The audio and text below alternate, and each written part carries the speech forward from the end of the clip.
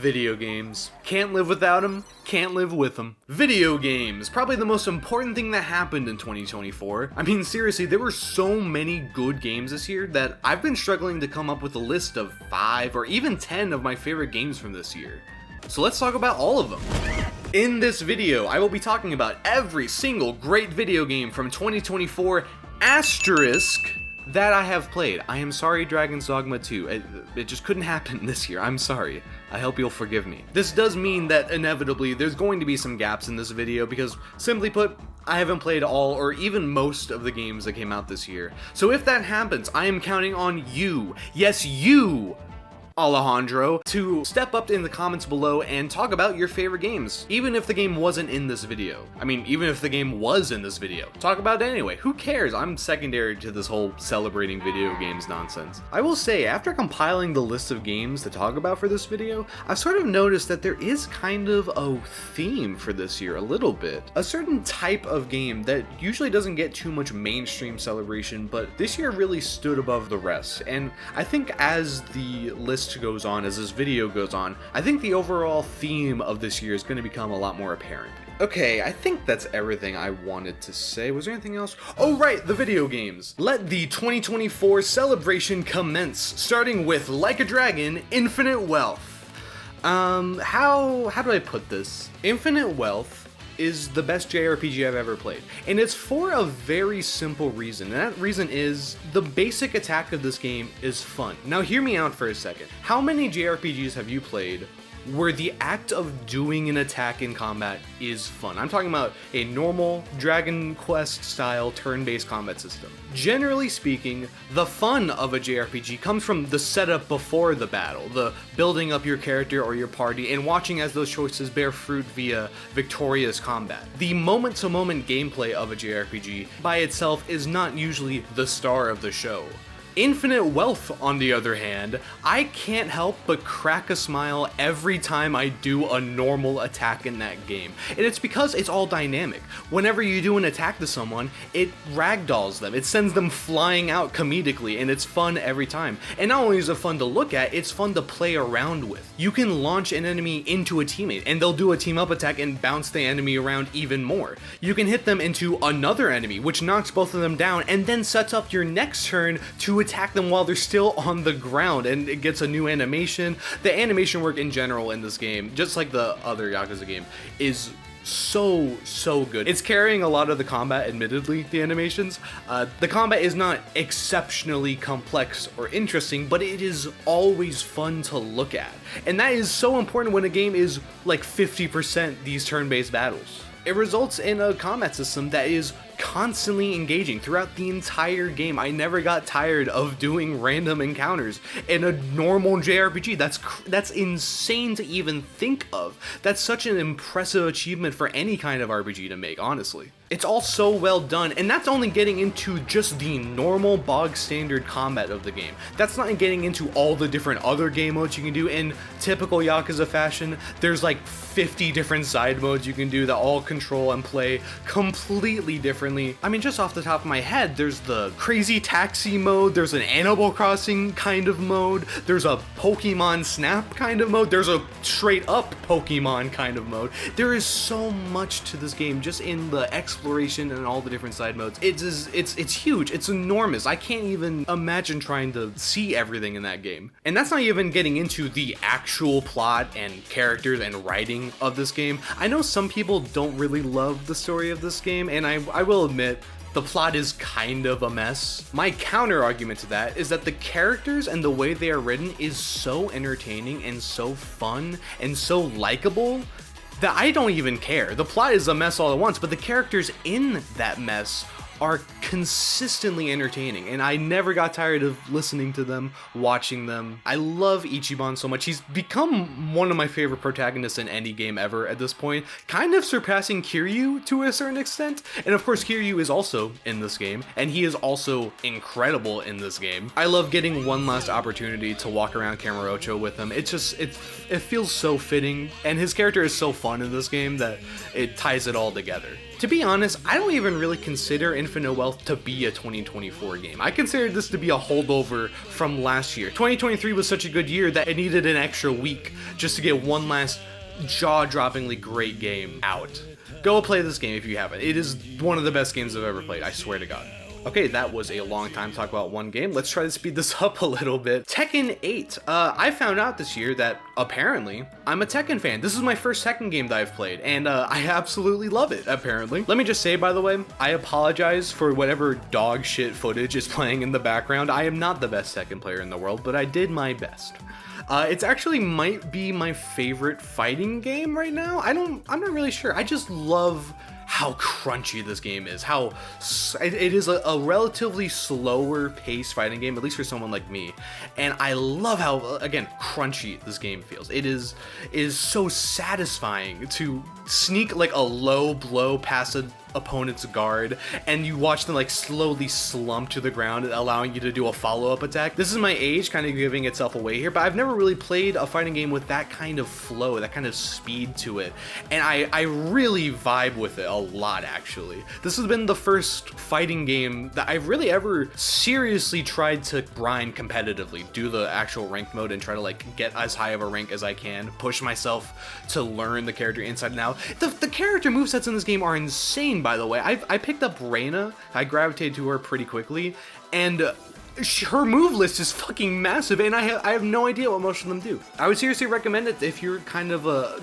newer to fighting games and you want a slower paced game to start off with. I think this is a very good fighting game to just start with because it is so slow, but even just kind of button mashing, it's still so satisfying to get those big moves. I really recommend it a lot as well. Next up, a quick mention of Persona 3 Reload. If you can believe it, this is a remake of Persona 3. And I quite like the original a lot. And this is just a fantastic remake. It looks beautiful. All the great characters and writing are still there. The new voice actors are pretty solid. It has a lot of awesome like quality of life improvements. Since Persona 3 was kind of like the first entry in like the modern Persona games, it has a lot of rough edges that can kind of make it hard to go back to, and this sands almost all of them clean off, and making it very approachable to enter even if you haven't played the game before. If you haven't played Persona 3, this is a great way to do it. While I'm here, I might as well mention Metaphor ReFantasio as well. I hope that's how you pronounce that. I've never said Metaphor before. This is just Persona again, but in fantasy, and without all the suspicious teachers, I suspect. I'm mentioning it now because I haven't actually played a huge amount of it. It came out at like the worst possible time with me working on this video. So I haven't played as much as I would have liked to, but I will say that from what I have played, I really like what the game is doing, and I am very excited to find some more time to be able to sink my teeth into this one and play more of it. Okay, one last big AAA game to get out of the way is Helldivers 2, which is... I mean, this is just a fun as hell game, man. It is about blowing up big bugs, robots, probably your friends along the way. It is a game of high stakes and higher explosions. It kind of has like a Lethal Company vibe to it. That sort of that quality of being such an open form, like chaotic sandbox to recreate like incredible action scenes from movies with your friends, diving into trenches as a hail of bullets comes your way, or diving out of the way of big explosions that your friends purposely made to try to kill you. Maybe that's just my friends, who knows. I would highly recommend this to any friend group, honestly. It is so much fun to blow up your friends. I can't stress that enough. I can't believe it's the second best friend blowing up simulator this year. I mean, there's also other good things about it. The game looks really cool. It looks really good. It's a very easy game to just jump in, jump out of, and I really do also like some of the satire that's going on in this game. Like, I've seen Starship Troopers. I know what's going on. Okay, I think it's time to get real. It's time to get serious. It's time to talk about the big game from this year. You all know what game I'm talking about. You've played it. You love it. We all have lost countless hours to this game. It's a game that no one saw coming, but took the world by a storm with how innovative and just incredible the gameplay is. Yep, it's that game. It's the game that we are all thinking of. The game with a B in its title. It might even have a pirate or a skull in it or two. It is time to talk about Skull and Bones. Man, what a game. I really remember that game. Okay, let's talk about Balatro now. I mean, what is there even left to say about Balatro at this point? I mean, it's incredible. We can start with that. It is one of the most innovative and incredibly well-designed roguelite deck builders probably of all time at this point, introducing it to like the 5 people who have never heard of it until now. It's a deck builder about trying to make good poker hands and trying to stack the odds of good poker hands happening in your favor. Between rounds, you go to the shop where you can basically do anything. You can remove low-scoring cards, add new cards with bonus effects. You can get jokers, which can do basically anything from providing small point bonuses to completely changing the rules of the game. It is a game of fulfilling that fantasy of being the house at a casino, changing the rules and rigging the odds so that they always come out in your favor. There are so many different possible combinations of cards and jokers and stuff like that, that even after hundreds of hours of playing it, I still find new synergies and new weird ways to rig the odds in my favor. It is just, this game is a perfect storm of everything coming together to keep you saying one more game. It is quite possibly the most addicting game of all time. Balatro, and local funk by extension, deserves all the celebration and praise that they've gotten. I simply have not seen another game from this year bring people together to celebrate it like Balatro did. I would give it a recommendation, but, well, 2 things. 1, you've already played it, and secondly, I wouldn't wish this kind of time wasting upon my worst enemy, let's put it that way.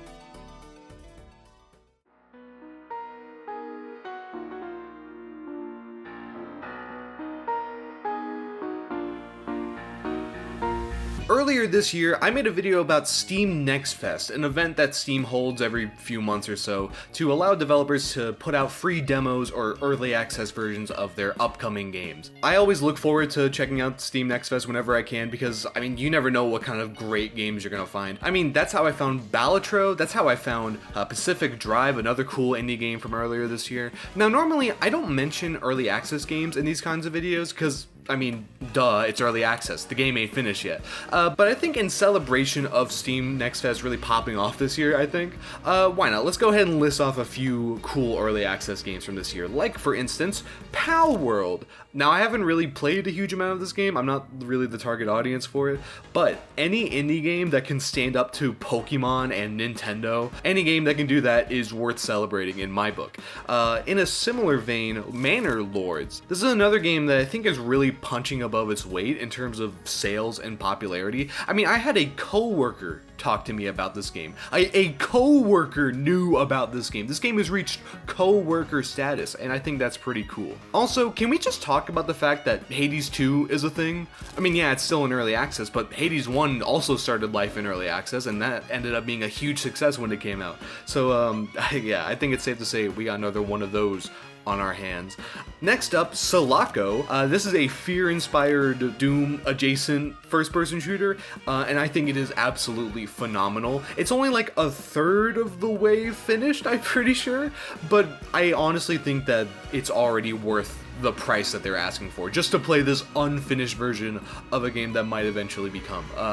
Yeah, I think it's really good.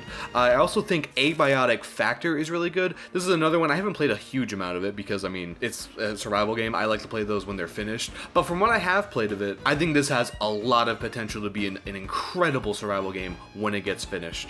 Lastly, I want to mention a couple of demos that I think are good. These are free demos that you can go try out right now if you really want to.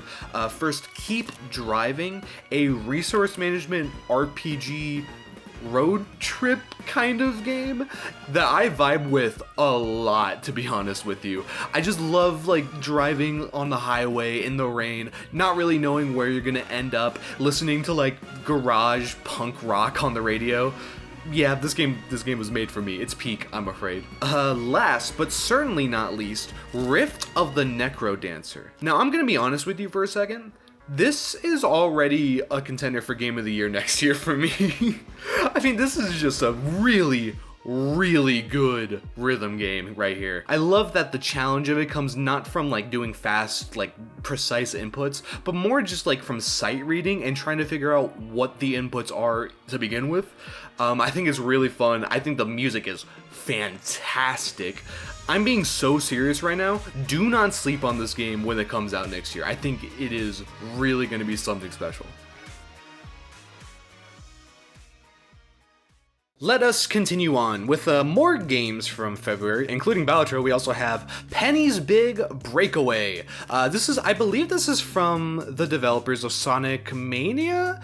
I think this is a 3D platformer with a incredibly bizarre control scheme, honestly. The yo-yo, I made a video on this game a little while back when it came out, and the yo-yo is surprisingly, you can see it in the video, it's a hard control scheme to get behind. It is hard to get used to how to properly use this yo-yo, stick it in place and swing around on it in order to properly give yourself momentum without slamming into a wall or off a cliff. But when you do get used to it and you finally get more comfortable with playing around with it, this is a very cool 3D platformer. I would definitely recommend it if you are interested in this sort of, in the gameplay, I don't know. Skipping forward a little bit into the year, I want to talk about Pepper Grinder. It is a very unique platformer, quote unquote, where you use your drill to like dig around through the dirt like you're Echo the Dolphin. You can dive in and out of it to get speed boosts, and it is a very fast-paced game. Basically, if you ever played... This is a stupid reference to make, but if you ever played Nicktoons Battle for Volcano Island on the GBA, it's basically exactly like that. This is a game that just feels really fun to play. Digging in and out of the dirt is so satisfying. Digging through pots and gems, mining ore, going through enemies, it's all centered around this one central mechanic. I would say this game is kind of structured like a Nintendo game, a good Nintendo game, I should say, where every level has this really distinct identity with a unique gimmick or idea surrounding it. It makes progressing through this game very satisfying, I would say. There's a great flow going from one level to the next, to the next, to the next, to the boss fight of that world. It feels very fun just to play through it. It probably helps a lot also that the soundtrack for this game is really good. I believe every single level in this game has a unique track to go along with it, which goes even further in making you excited to play through every level, making you want to play the next level as well. This is one of the more unique 2D platformers I've played in a little while, and I really enjoyed it quite a bit. Next game I want to talk about is Buckshot Roulette. This is another game that, like Balatro, it was surprisingly popular for an indie game. Probably had something to do with the fact that it's like $3, I'm pretty sure. But also, not to give the game no credit, the game is very cool. It's Russian roulette with a shotgun, so it's can't get much more banger than that, I'm pretty sure. But that mixes up a little bit. You have items. You're trying to not shoot yourself while also shooting the person in front of you, and it's it's Russian roulette. The main thing that's carrying this game, besides the simple premise, is the atmosphere and the tone. The art style of this game is very grimy, very kind of horror adjacent, I would say. Just look at the guy that you're fighting against. I love the way he's looked. I kind of love everything about him, honestly. That being said, the horror part definitely goes away when you start playing multiplayer. They added multiplayer to the Steam version that you can play with up to 4 people, and that's fun with friends. There's not much for me to talk about. It is a very simple game. What you see is what you get. But the low price and the very simple concept make it a very, very easy recommendation. The same could maybe be said about the next game we have on here. Yellow Taxi Goes Vroom. What can I say? What you see is what you get. No, but actually, this is a very interesting 3D platformer where you actually can't jump, really. Not you kind of can, but the main way you get around is by using the environment and momentum to boost yourself off of ramps and other kinds of platforms in order to sort of quasi-platform your way around these levels. This game is very much a collectathon. Every level is very open-ended in nature, and it's just a really nice time, honestly. It's one of the more inventive 3D platformers in a while, I would say. Even though as much as I like Penny's Big Breakaway, this game just has a very nice, I don't know, it's kind of hard to describe without just playing it, But it's just a very tightly designed game. I don't know what else to say. It's also worth mentioning that the sense of humor in this game is kind of absurdist if the title didn't give it away. And I quite like it, actually. Even though the whole game does have kind of an absurdist vibe to it, it still somehow manages to be quite chill. Definitely do not sleep on this game. This is one of the better 3D platformers to come out in recent memory, I would say. Speaking of 3D platformers, we have another Crab's Treasure. Dark Souls, but you're a crab. Game's underwater, innit? I've already made a video on this game, so I'm not going to go too much into detail, but it is genuinely pretty nice Dark Souls combat with a very good mixture of platforming with it. Also surprisingly good writing, surprisingly good story. For how lighthearted and cartoony the game seems on the surface, this game gets pretty dang dark, like, as you, not even really as you get into it. In general, this game has there's more bubbling under the surface, that's all I'll say. But another high recommendation for another Crab's Treasure, great game. Next up is Indika. Did not make a video on this. I don't know how I would have, honestly. But yes, Indika. This genuinely might be one of the strangest games I've ever played in my entire life. It is a game about a nun that everybody hates. That's really all I can really say about it without giving away too much of the story and what happens. It's just a very surrealist kind of game. Everything looks okay on the surface, but the closer attention you pay everything, the more off it all becomes.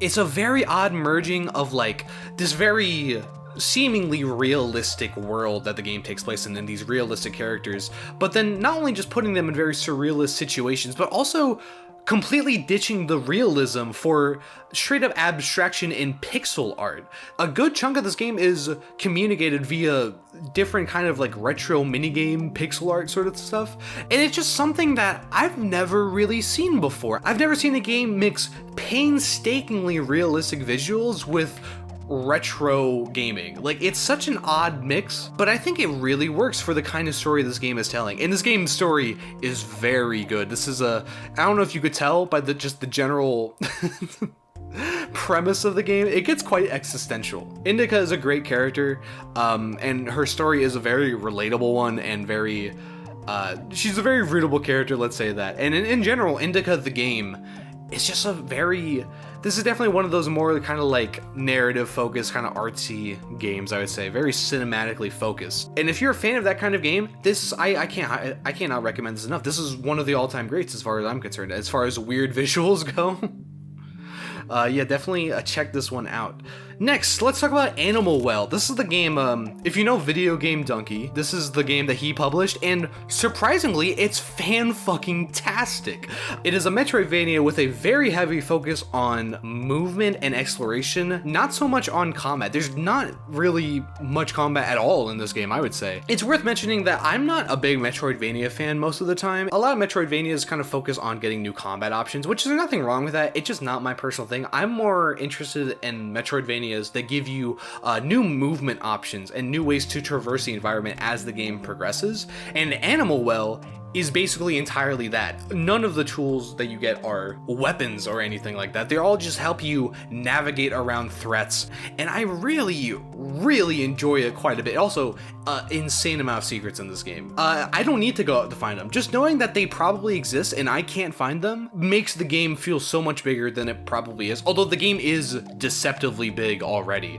Definitely give this a shot if you're a Metroidvania fan, because even as a non-Metroidvania fan, I got a lot of fun out of this one. Now, I hope the last game was not too scary for any of you, because next up we're talking about Crow Country. Crow Country is just a fantastic take on survival horror.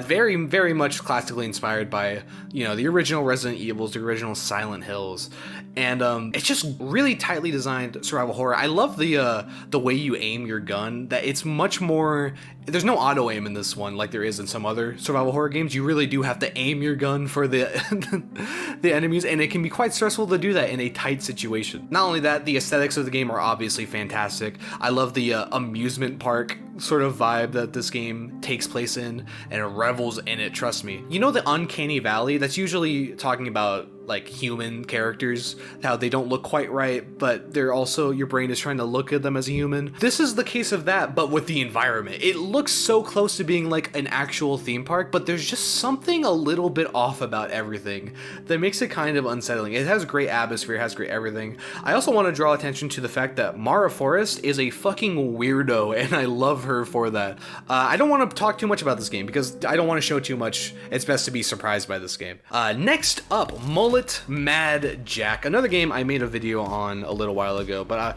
I will gladly take another chance to talk about it again. It is a boomer shooter roguelite, a very interesting mix of genres, and one that works not exactly how I thought it would work, but it works very well. It is a game where your health bar is a 10-second timer where you get time added to it when you get kills. This encourages you to play the game as fast as possible and trying to get as many cool trick shots. This game is both literally and metaphorically like getting dopamine injected straight into your veins.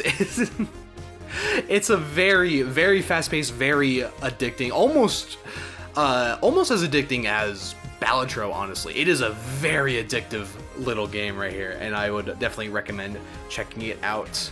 Then let me ask you a question. Can you fry an egg on top of Mount Everest? This question is at the core of our next game, Arctic Eggs. This is a cooking simulator, quote unquote, in the same way that GTA is a driving simulator. It's not technically wrong, but it's kind of missing out on some of the big details for that. This is a game about flipping eggs, amongst other things. You also flip sausages, fish, cigarettes, roaches. It's about cooking a lot of things that aren't meant to be cooked. That is what this game's core is about. It is about flipping things in a frying pan. And it is, how do I put this? It is meaningfully meaningless. This is a game about doing things for the sake of doing them. This game explores the idea of doing something just for the sake of doing it. And I think that's a very interesting thing to base a game around. Not only that, but the dialogue and the vibes in general are just very cool, very fun, very relaxing kind of game, despite the slightly dystopian future that this game is set in. I don't know, this game is just really chill. This game is just like the right mix of being stupid, of being fun, of being smart, of being chill. It's dumb in all the right ways and smart in all the right ways. Let's say it like that. Definitely check it out, even if it looks a little silly. I promise you, this game, one of the more interesting games of the year. Okay, so moving on from that, there comes a time in every YouTuber's life, that time is the end of 2024, where they have to talk about Paper Mario. Paper Mario and the Thousand Year Door got a remake this year on Switch. It is essentially the same video game as before, but with a lot of graphical improvements.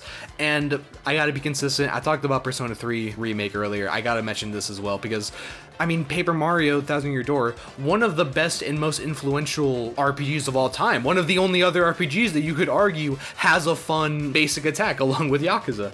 I have to mention that. But while I am here, I might as well also mention the other Mario RPG that came out this year, an actual new game this time. It is Mario and Luigi Brothership. Now, as a Mario and Luigi fan, I can confidently say this is the worst game in the series, but also I have fun with it anyway, so who cares? Yes, it has a very slow start. It has an unfathomably slow beginning, especially for a story that is this simple and characters that are this simple. Mario and Luigi like say each other's names like 50 times in the first 3 minutes. But you know what? That's fine, because the animation is what really carries this game. And holy shit, this game has so much unique and cool animation. It is unreal. This is the sort of stuff that like high budget AAA games are meant for, is using that impressive budget to beef up parts of the game that usually wouldn't get that level of attention. Like the main basic attack of this game looks so cool, even if it controls kind of badly. But we don't have to talk about that. We can just appreciate Mario and Luigi Brothership for having great animation, and you know, it's a pretty okay RPG to go along with it. Well, that was fun. Let's go back to indie games now. Next up, a quick mention of Starstruck Vagabond. This is a new game from Yahtzee Croshaw, the creator of Zero Punctuation and Fully Ramblematic here on YouTube. This is a sort of chill-out work simulator style game, kind of think like Stardew Valley, but set in space. And let me tell you something. I was really worried when I played this game that I was only gonna like it for the writing, because I really like the way that Yahtzee writes his games, his videos, videos, his books in fact. I'm a big fan of his general writing style, and I was kind of worried because the gameplay and the visuals and the art and stuff doesn't really look that interesting. But you know what? I gotta hand it to him. He actually made a pretty good little game right here. This is kind of a weird one where the main gameplay got more engaging the longer I played it. At first I wasn't really vibing with it all that much, but once you actually started getting into like the groove of piloting your ship, landing on a planet, unloading your cargo, grabbing new cargo, and then sorting it all back on your ship, it's a surprisingly engaging gameplay loop. And as the game goes on, you get more crew members, you start to explore more planets, the main plot starts to unfold a little bit more. Straight up, I recommend this game. I think if you actually give it a couple of hours to get past like the kind of slow beginning, I think you could get seriously hooked on this game, or at least that's what happened to me anyway. Next is to talk about Nine Souls. Now, I have been informed by various third parties that this is a mixture of Sekiro and Hollow Knight. Now, I have not played Sekiro, and I don't really like Hollow Knight, but for some reason, I like this a lot. I'll be honest, I think it's the Sekiro part that's kind of carrying the game for me. It's a very meaty feeling combat with a big emphasis on parries, and it's just a really good, solid feeling combat system, especially for a 2D platformer like this. And also, very fun, very cute. Well, cute maybe not be, cute might not be the correct way to describe it, but it is a very good looking game, very well animated, very cool art design and art style and all that. Surprisingly graphic, by the way. Don't let your kids play this. They are going to be traumatized within the first like 30 seconds of the game. With all that being said, next up is Still Wakes the Deep.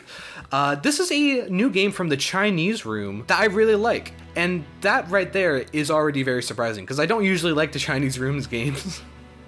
I'm not a big fan of like Everyone's Gone to the Rapture, Dear Esther, Amnesia, Machine for Pigs. I don't really usually like those kinds of games. It probably helps that there's a little bit more game to this one than the other ones. But anyway, that's besides the point. This is a psychological horror game set in the 70s on a Scottish oil rig, and believe me, you will notice the Scottish part right away. In fact, let's talk about that. This is the most Scottish game of the year. This is getting the award for most Scottish game. If there was an award at the Game Awards for most Scottish, it would win this award for the next 10 years. It doesn't even matter. There's no other game that can possibly out-Scottish this game. Now that is obviously very silly, but what's not silly is the fact that these Scottish voice actors are really damn good in this game. This is a horror game with a lot of innocent people that really do not want to die, and most of them do. And the voice acting carries this game so freaking bad. It is in every single character. It doesn't matter how throwaway they are, it doesn't matter. I really want to drive the point home that these voice actors are fantastic in this game. And that's not to discredit the rest of the game. The rest of the game is also really good. I really like that in this game, it fully commits to being a Lovecraftian horror that you will never be able to fully understand. And it is a very disgusting game, and it looks fantastic all around. I also want to point out the game feel of this. Now, this is mostly a walking sim. There is definitely some actual moments of stealth and hiding from the monster, but for the most part, this is a game that sells most of its gameplay on feel. There's a very tactile feel to everything that you do in this game whenever you're climbing ladders or jumping onto ledges, or even just doing simple things like unscrewing the vents or like opening locks and stuff like that. You have to actually do inputs for all those like small actions, and they're not hard to do, but it helps you really get attached to the character that you are piloting. You are fully well in the main character's shoes in this game. All that being said, I really like Still Wakes the Deep. It's one of those games where I planned to only play it for like an hour to get some footage, and I ended up playing the entire game in one sitting. It is a very gripping game, and I would definitely recommend it. Also gripping in a very different way is click holding.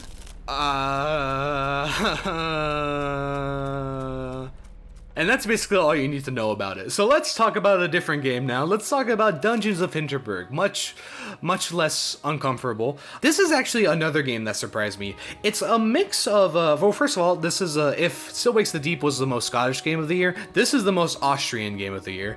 It's a mix of Zelda-style exploration and combat and Persona-style social mechanics. Basically, the game is divided into two halves. You have the half where it's all the action, all the puzzle solving, and the Zelda roguelike type gameplay. And then after that, you go back to the main town, and then you get to hang out with your friends and all the different characters that live in this town or are visiting in this town. You also get rewards like extra stat boosts or extra moves or extra gear or equipment that then feed back into helping you with the combat and stuff. It's a very solid little loop they got going on in this game, and it works fine enough. I mean, I'll be honest with you, the combat of the game is okay. It's not really the best, and I already don't really like this kind of Zelda style puzzles and exploration to begin with, but for what it's worth, I did enjoy this more than I thought I would, and I think that's mainly because the writing of this game is surprisingly good. I think my absolute favorite part about this game is just the general premise. Magic is just real. It just shows up for no reason that anyone can figure out, at least. And the story is examining how do normal people react when they find out that magic is real. The answer is they make tourism around it.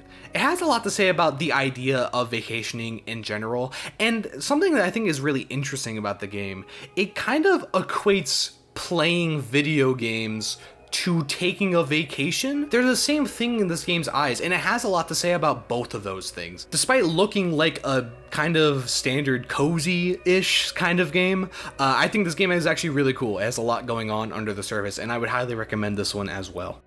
And now for something completely different. We're talking about Earth Defense Force 6, probably the opposite of well written, to be honest with you. For better or for worse, this is the same game as previous games, but just a little bit better. And if you haven't played an Earth Defense Force game, I highly recommend it. This is a incredibly stupid game, but I love everything about it. I love how bombastic, quite literally bombastic, all the weapons are. The scale of battles in this series continues to impress me.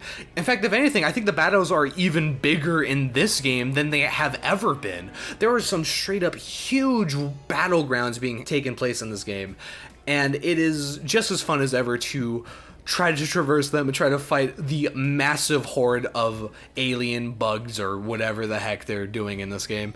And I should probably mention also, the plot of this game is fucking bonkers. It is, even for Earth Defense Force standards, this plot is insane. If you've already played Earth Defense Force 5, maybe you don't need to play this one, but if you haven't, I can't really recommend this game enough, especially with friends. This is another great game to blow up your friends with. Don't worry about that.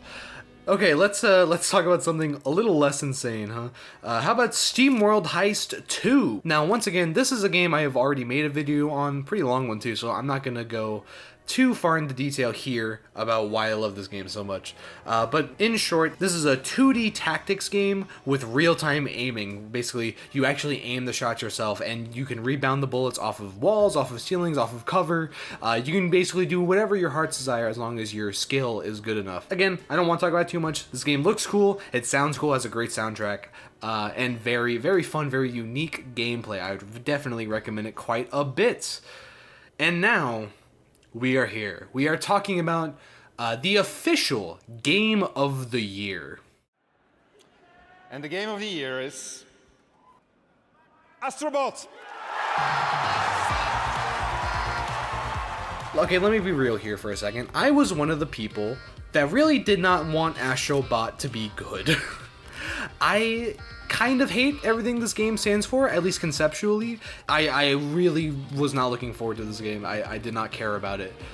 Unfortunately, this game got amazing reviews, and unfortunately even more so, it's because the game deserves them. As far as standard 3D platformers go, very similar to something like Mario Galaxy, I would say, this is one of the best AAA 3D platformers we've had in a very long time, in my opinion. I mean, remember when I was talking about Pepper Grinder, how every level has like a unique gimmick or identity or whatever? This is that, but it actually has the AAA budget to back it up. And I hate to admit it, but it's really dang good. This game reminded me why next-gen gaming is cool, why it has the potential to be so much more than what it has been so far. It really uses the PS5's actual higher power to do some very cool things. It has so many different physics objects on screen at once. It has really good looking water that you can splash around, and the water itself has physics. It has like, it just has so many cool things. There's a whole level about shrinking down to a smaller size, and you do it in real time, and everything looks so good even when you're looking at it so close up.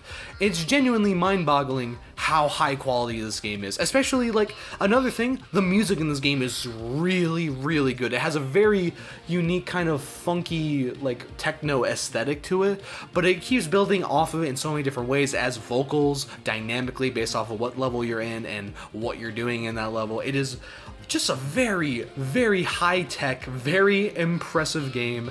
And not only that, I was kind of wrong about it being a circle jerk. I mean, it still kind of is. It's still parading around the corpses of a lot of old video game icons that are no longer operating at the moment, but it's done with a sense of love for the source material that I can't ignore. Like, what the game is essentially doing is, hey, do you remember Jak and Daxter? Do you remember Ape Escape? Weren't those games cool?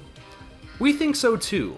Hopefully there's a new one of those soon. The game plays homage to classic video game icons with a level of respect that I simply was not expecting it to, and a level of admiration as well. It genuinely wants these characters to come back. It wants these old characters to get a spot in the starlight for once in this modern age, where they definitely could succeed, but for now, I guess being an Astrobot is good enough. As much as I do love Balatro, I can't deny that Astrobot kind of does deserve Game of the Year, even though it's not my personal favorite pick. I cannot deny the amount of charm and passion that was put into this game. It is very high quality, and it deserves a lot of the praise it's been getting.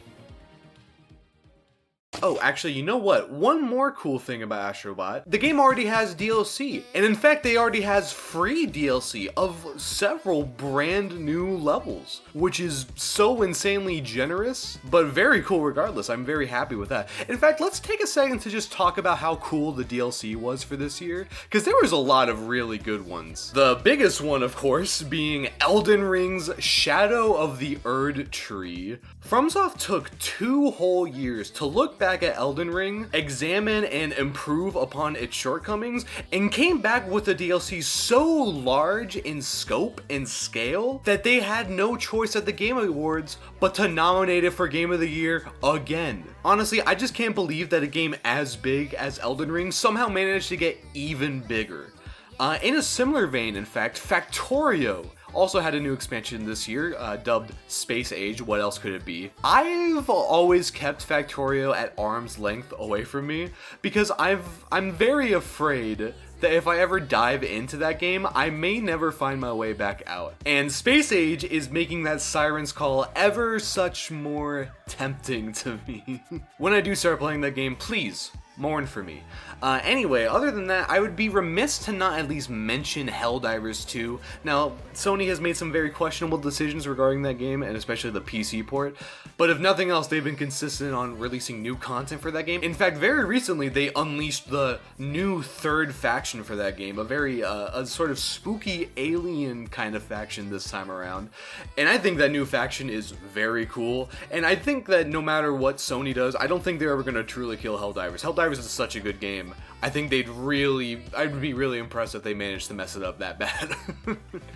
And the last DLC I want to mention is, of course, Alan Wake 2. Living up to its name, it had 2 different DLC expansions come out this year, the first of which being Night Springs, a 3-part multiversal, multi-dimensional odyssey kind of thing, with multiple characters and multiple locations. At the DLC's worst, it gave me a reason to go back and explore the coffee-themed amusement park again, which is always a good time.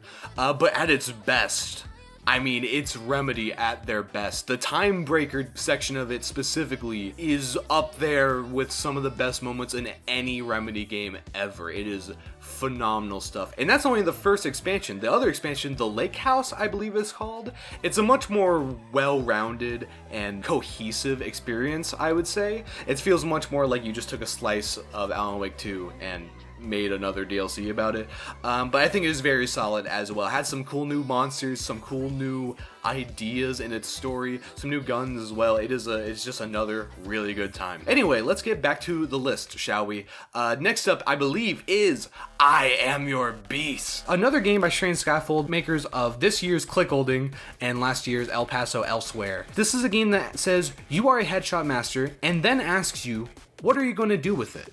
how are you going to use your improved capabilities to get through this level as fast as possible?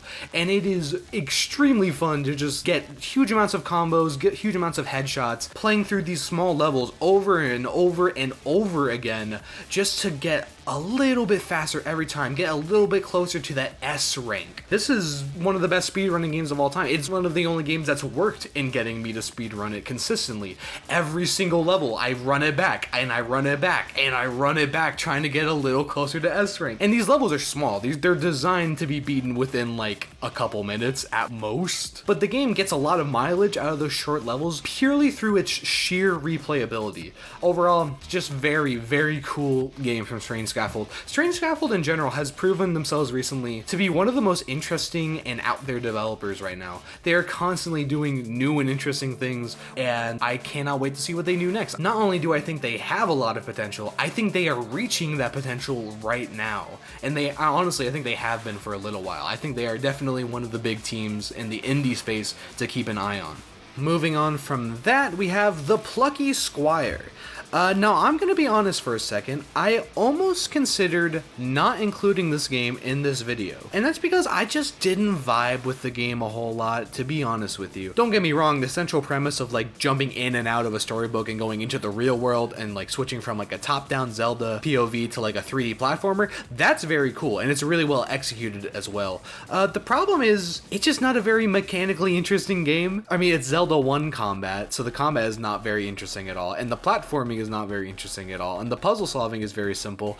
I just kind of got this vibe that the game wasn't really made for me, but in the end, that's kind of why I've chosen to include the game anyway, because even though I personally don't get a huge amount out of this game, I genuinely think a kid would love this game. I think, in fact, this could be a fantastic first video game for a very young child. I mean, the game is basically already just a big Saturday morning cartoon, has a very colorful art style, has a very creative setting, even if the actual characters are quite simple. In that specific context, then I do feel comfortable recommending the Plucky Squire, or anyone that just prefers like a mechanically kind of simple game that's just very cozy to play through, I guess. Personally not for me, but I see why other people would be a huge fan. Now here's a funny story. So I've been going through these games chronologically for the most part. The Plucky Squire came out September 17th. Now the next game I'm going to be talking about is 1000X Resist, which actually came out May 9th. So you may be wondering, why did I wait this long? Why have I chosen to cover this game now? Well, it's very simple. I don't script these videos, I just write down a list of the games I want to talk about, and then I talk about them.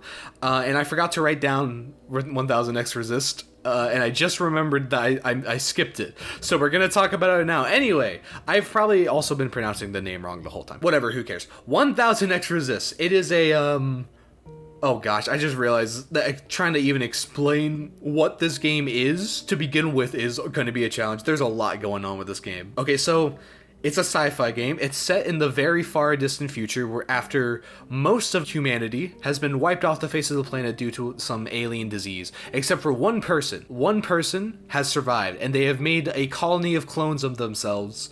And those clones are doing sort of memory-based time travel back to the past to see what happened. It's very difficult to explain everything that this game is doing. What I can say is this game, emotionally speaking, is like getting hit by a truck, except you're on the highway, so there's like 5 more trucks incoming. Every time I thought this game had hit me with the biggest gut punch it could possibly throw at me, it hit me with another one like an hour later. This is a game that the more I talk about it, the more I show of it, the less impactful it's going to be. I kind of recommend going in this game as blind as possible, because talking about it kind of makes it seem like a mess, but it all just works. If I had to give a very, very, very basic summary about what this game is about, it is about how in the present, in the now, what you are doing matters even if no one will ever know that it happened.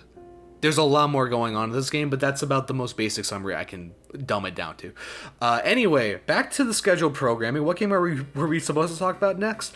Ah, yes, UFO 50. These are 50 brand new, fully realized video games, ranging from platformers to strategy games to puzzlers, tactics games, RPGs, some horror games, some arcade games, and a lot of these games just straight up have very interesting, very creative ideas going on behind them. Things like Mortal, a game where you you use your abundance of extra lives to carve a path through a level as you try to make it a little bit easier. Then Velgress is a very fast-paced platformer, almost more roguelite in design. You're trying to climb up, get coins, purchase upgrades, and then eventually reach the surface.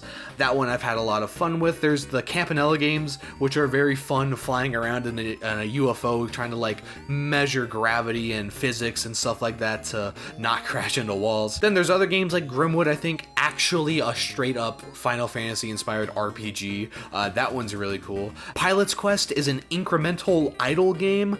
Yes, you heard me right, it's fucking cookie clicker. And there's plenty more beyond that. I don't want to get too much into it because, again, this is a game where the exploration of these different games and finding out what these different games are is half the fun. So I don't want to spoil what all of them are. All I can say is that all 50 of them are great. Actually, that's not true. I don't like Block Koala, whatever that game was. I don't like the Koala game that much. So there's 49 really good games in this. I don't know, maybe your mileage may vary. Personally, for me, this is one of the most cool games of the year, honestly. I really, really enjoyed this one.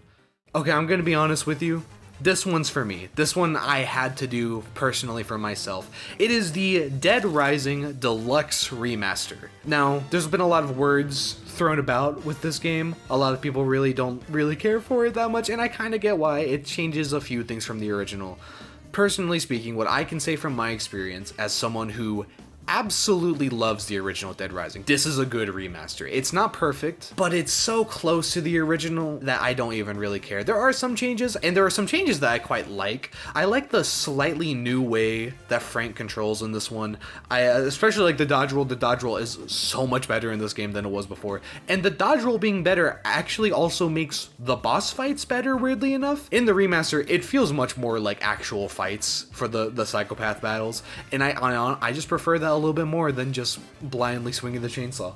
I don't know. The game is a lot easier than the original, don't get me wrong, and that is a fair criticism to have of it, but I don't know, man. I've played this game so much that it isn't that hard for me anyways anymore. I don't really mind it being easier, especially if it helps new players better appreciate this game. They don't have to be so stressed out about the time mechanics. Again, this is an inclusion that's kind of just for me. I really like Dead Rising, and I'm really happy to just see Capcom acknowledge it. Dead Rising is so good, and I'm just happy to be able to talk about it again. All right, the next game I want to talk about is a game that we've already talked about before. It's Balatro again. Okay, listen, I know I already talked about it, but they released a mobile port for this game later in the year, and I literally have lost all my productivity. I have not worked a single hour at my job since the mobile port came out. I swear to God, I don't have a problem. It's not me, it's the phone. I don't know. I'm so dead serious, though, that Balatro is such a good game, it deserves to be mentioned twice. Seriously, what a fucking good game.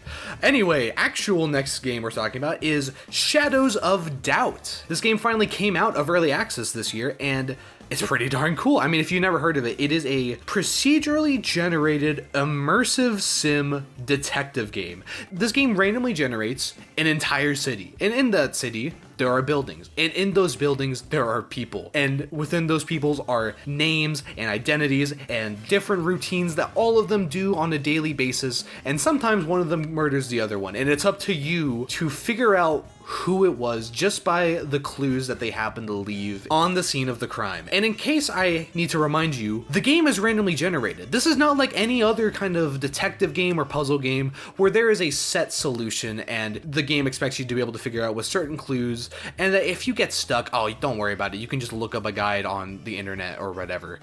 That's not the case in this. Because everything is randomly generated, including the crimes, there is no guide for you to look up, which means that as a detective game goes, as a puzzle game goes, this is kind of incredible. It's the same sort of feeling that Mussolina from last year gave me. Because there is no set in stone solution, finding any kind of solution to any sort of problem feels like a huge accomplishment because you fully did it by yourself. You are the main driving force behind everything you do in this game, and it is one of the most technically impressive games I think I've ever played, honestly. Definitely give it a look if you haven't already, because yeah, this game is definitely one of the cooler games I think that come out this year. Next is a game that came out a little bit short of the Halloween spooky season. It's Mouthwashing.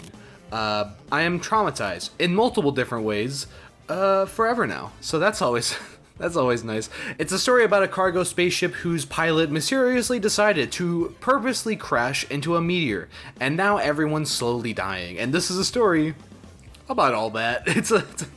Not a very happy game, as you might be able to guess. This game is pretty short. It's about the length of like a decent horror movie, and I think that fits it very well. It's a very short, very sweet story for it to tell. I mean, it's not sweet, it hurts watching this very slow train wreck happen. Genuinely don't have a lot more to say about it, because anything else that I do say is going to spoil the heck out of it. So yeah, mouth-washing. Very cool horror game. I'm not okay after playing it. Now for a game that did make it in time for the spooky Halloween season. It's the Patrick Star game. Like from SpongeBob SquarePants. I mean, can I just say something between me and you? I don't actually think this game is that good. I mean, it's not terrible, but like for what it is, it's massively overpriced, and probably you would really only get much out of it if you were a child. However, I did want to make it a point that I'm including this game and not the Silent Hill 2 remake. Okay, so with that out of the way, the next game we're talking about is Super Mario Party Jamboree, maybe actually the scariest game on this list. It's a good Mario Party, good boards, kind of, good mini games, kind of. You can play as a Goomba in this game, that's pretty cool. I really don't have much else to say about it. The game is fun.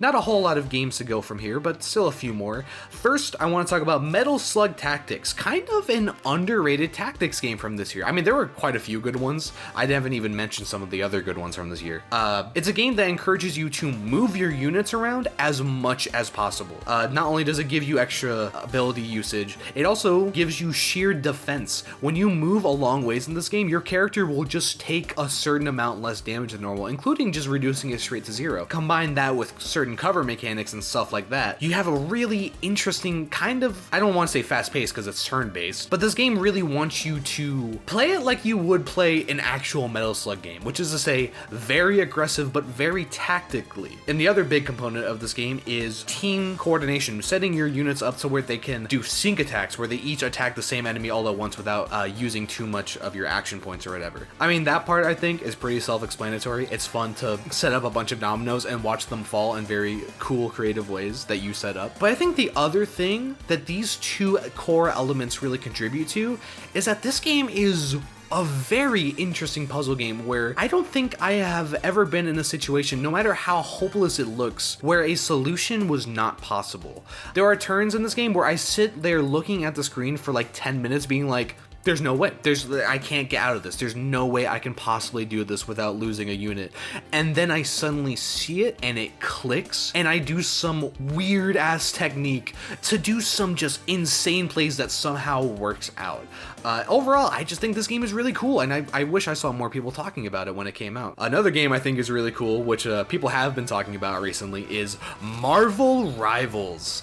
Can I be real with you for a second? I'm addicted to this game. I've been playing this game instead of working on this video, and it's killing me.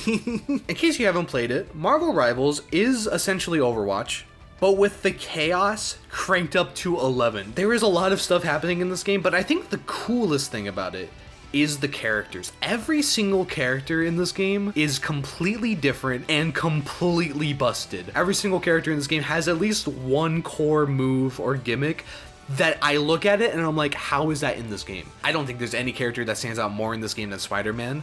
They've actually fully committed to putting web swinging in this game, to the point that when you're playing a Spider-Man, you are playing a fundamentally completely different game from everybody else. And I think that level of commitment to every single character is just so cool. I think Marvel Rivals is just a fucking excellent game, all things considered. Marvel Rivals is the last game that I will be talking about chronologically in this list. There are a couple games that I couldn't quite make it around to. Again, I mentioned Dragon's Dogma earlier. I also cannot talk about Indiana Jones and the Great Circle. The game looks really cool. It's by Machine Games, so I do really want to try it at some point. Soccer 2 is in a very similar position. I have played a decent amount of it actually, and I do really want to play more of that. That game has some very cool moments as well. But again, I just haven't played enough of it to really be able to form a good opinion on it.